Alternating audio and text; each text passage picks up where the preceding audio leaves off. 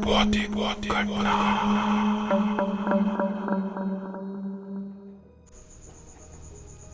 मैं कभी नहीं मानता था कि ऐसी चीजें असली होती है, लेकिन जो मैंने देखा, जो मैंने महसूस किया, वो किसी बुरे सपने से भी ज्यादा खौफनाक था। दोस्तों, आज के भौतिक घटना के एपिसोड में हम अमेरिका के यूटा से जुड़े एक घटना की बात करेंगे, जिसे हम ईथन मिलर के पॉइंट ऑफ व्यू से सुनेंगे, जिनके साथ ये घटना वास्तव में घटा था।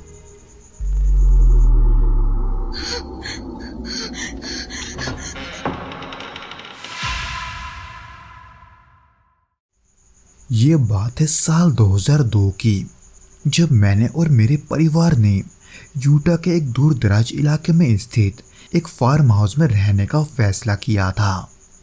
ये जगह शहर से कोसों दूर थी, जिसके चारों तरफ सिर्फ घास के मैदान, घने जंगल और सुनसान रास्ते थे। इस इलाके के लोग इसे अक्सर स्किन वॉकर रेंज के नाम से भी जानते थे, लेकिन हमें तब इस नाम का कोई अंदाजा नहीं था। इसीलिए शुरुआती कुछ दिन तो बड़े ही अच्छे से गुजरे। हर रात में फार्म के बाहर बैठकर ठंडी हवा का मजा लेता था। लेकिन धीरे धीरे कुछ ही दिनों में हमारे साथ अजीब घटनाएं शुरू होने लगी। कुछ ऐसी घटनाएं जो बहुत ही असामान्य थी। रात के समय अक्सर जब सभी सो जाते थे, तब मुझे अक्सर महसूस होता था कि कोई हमें जंगल के बीच से देख रहा है।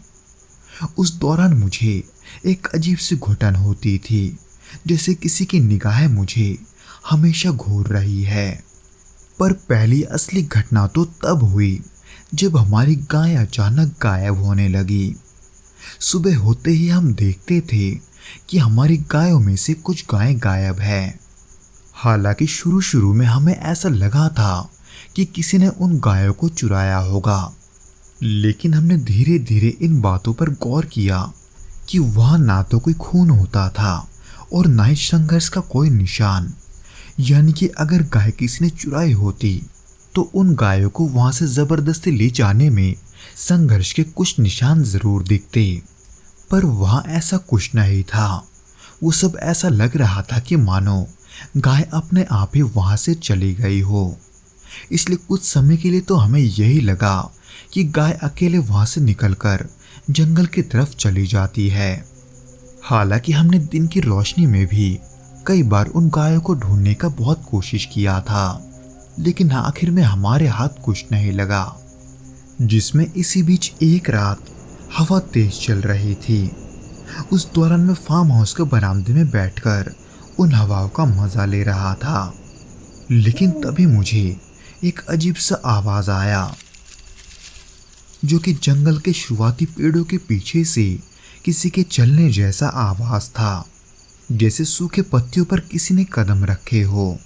पर किसने ये देखने के लिए मैंने टॉर्च उठाई और उस दिशा में रोशनी डाली, पर वहां कुछ नहीं था। लेकिन जब मैंने टॉर्च बंद किया तो मुझे एक जुड़ी चमकती हुई आंखें दिखी, जो कि जंगल के उस अंधेरे से मुझे घूर रही थी। जिसकी एक और खौफनाक बात ये थी कि उसकी आंखें अंधेरे में ऐसी जल रही थी, ऐसे मानो जैसे वो कोई जानवर हो। पर जब मैंने उसे गौर से देखा तो वो कोई जानवर भी नहीं था, बल्कि उसकी आंखें जमीन से लगभग 7-8 फीट ऊपर थी, जिसे देखकर मैं ये नहीं समझ पा रहा था कि आखिर वो कौन है। फिर ऐसे ही मैंने अगले 2-3 दिनों तक उस लंबे से चेहरे को उस जंगल के अंधेरे में खड़ा देखा। वैसे तो वो नजरें मुझे घूरने के अलावा कुछ नहीं करती थी, लेकिन ऐसे ही कुछ दिन लगातार होने के बाद मैंने कुछ और चीजों पर गौर करना शुरू किया। अक्सर जब भी मैं बरामदे में बैठा रहता था तो अचानक मुझे उन आंखों के अलावा सीटी बजने की आवाज सुनाई देती, एकदम ऐसे जैसे कोई मुझे बुला रहा हो। हालांकि मैं उस आवाज को सुनकर जंगल के तरफ जाता तो नहीं था, लेकिन धीरे धीरे कुछ घटनाएं ऐसी होने लगी जिसमें मुझे उन सीटियों की आवाज के अलावा मेरा नाम सुनाई देता था, ऐसे मानो कि वो लंबा सा आदमी मुझे बुलाने की कोशिश कर रहा हो। इसीलिए इन सब के वजह से मैं अब डरा डरा रहने लगा था। एक रात जब मैं सोने की कोशिश कर रहा था, तब मुझे अपने खिड़की के बाहर से किसी के चलने का आवाज आने लगा। उस आवाज को सुनकर मेरी सांसें रुक सी गई थी, क्योंकि वो एकदम मुझे ऐसे बुला रहा था जैसे वो मेरे परिवार का ही हिस्सा हो। पर यह देखकर कि वो जंगलों की तरफ है और उसके 8 फीट ऊंचे आंखों को देखकर मैं डर के मारे वहां नहीं जाता था। हालांकि ये सब मैंने अपने परिवार वालों को भी बताया था, पर यह बात उन्हें महज सिर्फ मजाक लगी। जबकि वह दूसरी तरफ मेरे पिताजी गायों को लेकर परेशान हो रहे थे, इसलिए उनकी चोरी रोकने के लिए उन्होंने वहां कैमरे लगवा दिए। पर उस कैमरे की रिकॉर्डिंग्स में जो हमने देखा उसने हमारी रूह तक को हिला दिया। हमने देखा कि रात के करीब 2 बजे एक इंसान जैसा आदमी उन गायों के पास आकर खड़ा हो गया था, पर उस आदमी के हाथ पैर बड़े ही असामान्य रूप से लंबे थे। उन्हें देखकर ऐसा लग रहा था कि वो आदमी तकरीबन 8 फीट लंबा होगा, पर वो बहुत ही दुबला पतला था और उसके चलने का तरीका वो भी बहुत ही अजीब था। वो नॉर्मली तो जानवरों की तरह चलकर उन गायों के पास आया था, पर उन गायों को लेने के बाद वो टेढ़े मेढ़े होकर इंसानों की तरह चल रहा था। जिसमें एक और अजीब बात ये थी कि कैमरे में भी उसके दोनों आंखें चमक रहे थे। ये देखकर हम ये समझ गए थे कि इस जगह पर कुछ तो बहुत ही डरावना मंडराता है, पर वो क्या था ये हम जानना नहीं चाहते थे। पर जब मैंने पिताजी को इस बारे में पहले भी बताया था, तो ऐसे में उन्होंने मुझे सबसे पहले शाम को घर से बाहर निकलने से मना कर दिया। हालांकि मैं उस रिकॉर्डिंग को देखने के बाद से बरामदे में तो नहीं जाता था, पर अक्सर मुझे घर के अंदर ही किसी के सीटी बजाने का आवाज आता था, ऐसे मानो जैसे मुझे कोई बाहर से बुला रहा हो। जो कि था भी, क्योंकि जब मैं खिड़की से बाहर देखता था तो कोई पेड़ के नीचे खड़ा होकर मुझे नीचे आने का इशारा करता था। एक रात तो मैंने ये सब अपने पिताजी को बुलाकर भी दिखाया, जिसमें हैरानी की बात ये थी कि जब वो मेरे कमरे में आकर बाहर देखने लगे तो उन्हें ऐसा दिखा जैसे वो कोई जानवर है, क्योंकि वो तब जानवरों की तरह ही चलकर वापस लौट रहा था। और जब भी ऐसा होता था हमारा कुत्ता बहुत ही ज्यादा भौंकता था।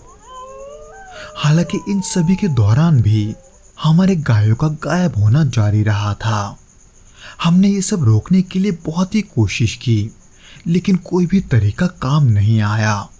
हर बार ऐसा लगता जैसे हमारे गाय हवा में ही गायब हो गए हो, क्योंकि ना तो उनके जाने का कोई निशान मिलता और ना ही ऐसा कोई संघर्ष का निशान जिससे लगे कि कोई उन्हें जबरदस्ती वहां से ले गया है। इसलिए आखिर में हमें उस जगह को छोड़कर जाना पड़ा, जिसका कारण ना सिर्फ गायों का गायब होना था, बल्कि वो अजीब सा इंसान दिखने वाला जानवर भी, जो हर रात हमारे घर के पास आता था। क्या वो सच में स्किन वॉकर था या फिर कुछ और, शायद मैं कभी ये नहीं जान पाऊंगा। पर वहां के लोगों की मानो तो ये सब स्किन वॉकर का ही काम था। एक ऐसा जीव जो ना तो इंसान होता है और ना ही जानवर। वो ना सिर्फ दोनों ही रूप में ढल सकते हैं, बल्कि वो किसी के भी आवाज को मिमिक करके अक्सर लोगों को गुमराह करते हैं।